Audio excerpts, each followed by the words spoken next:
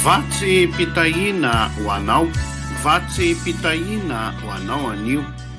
Ny Tenin'Andriamanitra izay andraisantsika hery sy ho vatsy ho antsika amin'ity andro maraina ity indray dia arak'izay hitantsika ao amin'ny Deutéronomie toko 30 ka ny 9:7 ihany.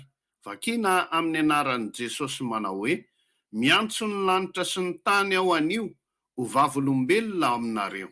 Fa efa nataoko teo anoloanao ny fiainana sy ny fahafatesana ary ny fitahiana sy ny fanozonana, ko mifidiana ny fiainana mba ho velona ianao sy ny taranakao. Amen. Ivavaka isika. Jesosy malalo, misaotra anao izay noho ny amin'ity andro marain'ity, fa mbola nitahianao ka velona hatrapamonjena indray amin'izao maraina vaovao izao. Ankehitriny izahay dia matsiaro noho izao volonandro ny faraparan'ny taona izao, fa fotoana tokony heveran'ny rehetrarehetra ny tenany izao, fotoana tokony andinihan'ny tsirairay ny lalana nalehany sy ny mbola izorany izao fotoana izao.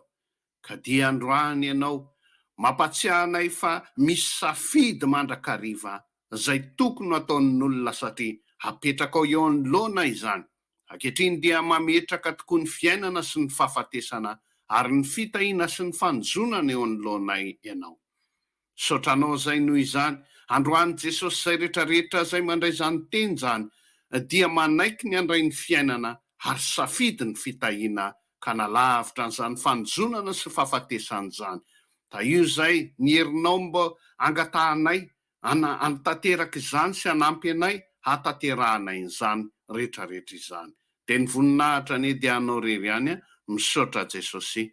Amen.